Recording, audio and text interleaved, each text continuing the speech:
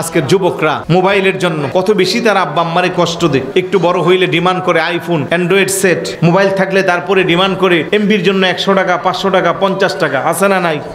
মার কাছে টাকা নাই, বাবার কাছে টাকা নাই। একমাত্র সন্তান, তার বাবা বিদেশ থেকে আসছে, বাবার চেহারা দেখছেন আপনারা, নামাজি মানুষ, দাঁড়িয়ে আছে, খুব ভালো মানুষ। বাবা কেন তারে ওই দিন মোবাইল দিল না? এই কারণে বাবা যখন নামাজে দাঁড়াইছে পিছন দিক দিয়ে সে ছুরি মেরে দিছে। তাইলে আপনাকে আমাকে মাথায় নিতে হবে, মদ খাওয়া যেমন একটা নেশা, গাঁজা খাওয়া যেমন নেশা, ইয়াবা খাওয়া যেমন নেশা, তার চেয়ে কম নেশা না মোবাইলে যারা আসক্ত হয়ে গেমস খেলে তাদের অবস্থা। কথা কোন ঠিক না? তাহলে এই মোবাইল আসক্ত যেন আমরা না হই। আসক্ত জিনিসটা এটা নেগেটিভ, এটা পজিটিভটা। এটা যে কোনো মাধ্যমে যখন আপনি হয়ে যাবেন তখন আপনার মাথার কোনো আর মানবিকতা কাজ করবে না, সেন্স কাজ করবে না। তখন আপনার মধ্যে আর পাগলের মধ্যে সমান। আর পাগলে কি না করে, ছাগলে কি না খায়। সন্তানটা খারাপ হওয়ার আগে আমরা যারা দায়িত্বশীল মা বাবা আছি, আমাদের সন্তানের প্রতি যত্ন নেওয়া দরকার আছে না নাই?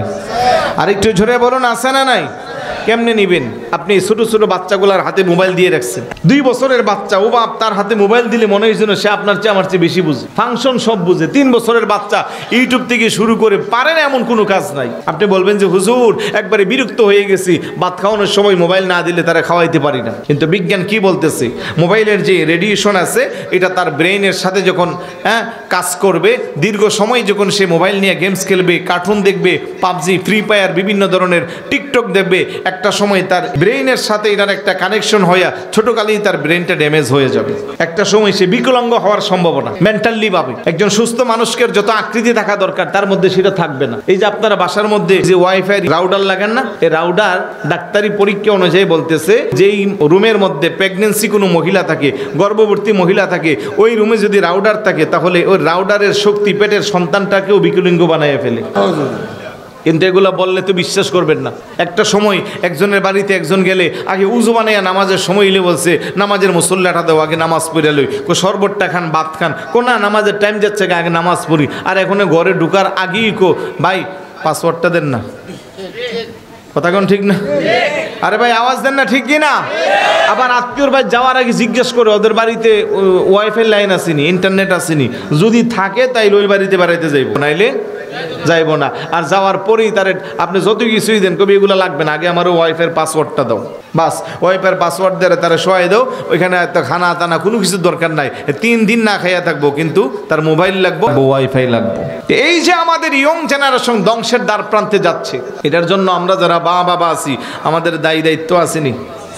আমি ছোট বাচ্চার হাতে কেন মোবাইলটা তুলে দিব? মোবাইলটা তার হাতে তুলে দেওয়া মানে আমি জেনে শুনে বুঝে তার লাইফটাকে ধ্বংস করে দেওয়া। তার হাতে একটা অস্ত্র উঠাইয়া দিলাম। দিবেন আপনি, ঠিক আছে, সে যখন এসএসসি পরীক্ষা পাশ করবে, সে কলেজে পড়বে, দূরে যাবে ইন্টারমিডিয়েটে, তখন তার কিছু পড়াশোনা বা বন্ধু বান্ধবদের সাথে কোচিং সেন্টারের কিছু আপডেট তথ্য পাওয়ার জন্য তার একটা মোবাইল প্রয়োজন। তাও আপনি তার এই শর্তে দিবেন যে রাতের 11টা বাজে মোবাইলটা আমার কাছে জমা দিবা, সকালবেলা ঘুম থেকে ওইটা নিবা। তাইলে আপনার সন্তানের শরীর ভালো থাকবে, মস্তিষ্ক ভালো থাকবে, ব্রেইন ভালো থাকবে, লেখাপড়া ভালো করবে, মেজাজ ভালো থাকবে, স্বাস্থ্য ভালো থাকবে। আপনি দেখেন না, আবাল বৃদ্ধ বনিতা, বিশেষ করে মধ্যবয়স থেকে শুরু করে সর্ববয়সের, বাঁকা চোখে নেবেন না। বহু যুবক আছে এই যে রাতের বেলা শুয়ে মোবাইল টিপি শুরু করে ফজরের আগ পর্যন্ত, আজানটা দিলে এবার শয়তান তারে ভালো করে ঘুম পাড়াইয়া দেয়। সে ওঠার কথা সকাল 6টা 7টা, এখন ঘুম থেকে 10টা বাজে ডাকলেও ওঠে না। তারপরে যদি মা ডাইকে ওঠা, বাবা ডাইকে ওঠা, এবার মা বাবার সাথে মেজাজ খিটখিটে বিশ্রী বাসা শুরু করে। ভাই আছে না নাই? কারণ বহু যুবকের জীবন ধ্বংস এই মোবাইল নামক এই অস্ত্রের কাছে। যুবক যুবতীর জীবন ধ্বংস। ভালো পরিবার, ছেলেও ভালো, মেয়েও ভালো। ক্লাস 8-এ মেয়ে পড়ে, পরের দিন মেয়ে হারায় গেছে। আব্বা কান্দে, আম্মা কান্দে, থানায় জিডি করে, এলাকা মাইকিং করে। 3 দিন পরে খবর পাওয়া যায় মেয়ে বরিশাল। এবার মেয়েকে হস্তক্ষেপ করা হয়, কেন এখানে গেলা? 3 মাস হয়ে গেল মোবাইলে তার সাথে আমার পরিচয় হয়েছে, ফেসবুকে।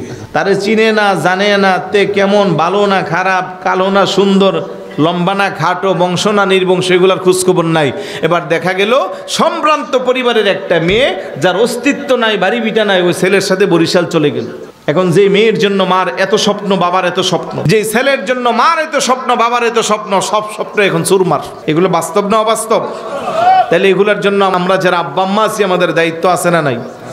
আমাকে তো ওইভাবেই আমার সন্তানটাকে ওঠাইতে হবে। মেয়েটা যখন একটু বড় হবে আমি মেয়েটার দিকে নজর রাখতে হবে। একা একা তাকে দূরে করাও দেওয়া যাবে না, আত্মীয় স্বজনের বাড়িতে যাওয়া যাবে না, শপিং মলে, কোচিং সেন্টার, স্কুলে একা ছেড়ে দিতে পারেন না। আপনি বাবা হিসেবে তার দায়িত্ব, যতক্ষণ না থাকে আপনি সঠিক জায়গায় পাত্রস্থ না করবেন তার আগের দিন পর্যন্ত আপনার দায়িত্ব আপনাকে পালন করতে হবে।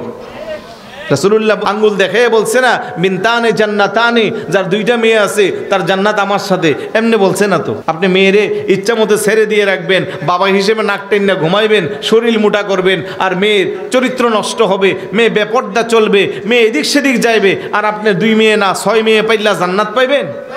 খবরদার, প্রত্যেকটা হাদিসকে বুঝবেন, আমল করবেন। আপনি যদি আপনার মেয়েগুলোকে যথাযথভাবে ইজ্জতের সাথে, সম্মানের সাথে বরণ পোষণ দিয়া বড় করে ভালো জায়গায় পাত্রস্থ করেন, আল্লাহ এই কন্যাগুলোকে ভালোভাবে পরিচর্যা করার কারণে পরকালে আপনাকে আমাকে জান্নাত দিবে। এইভাবে ছেলে বলেন মেয়ে বলেন প্রত্যেকে যার যার অবস্থান থেকে পালন করবেন।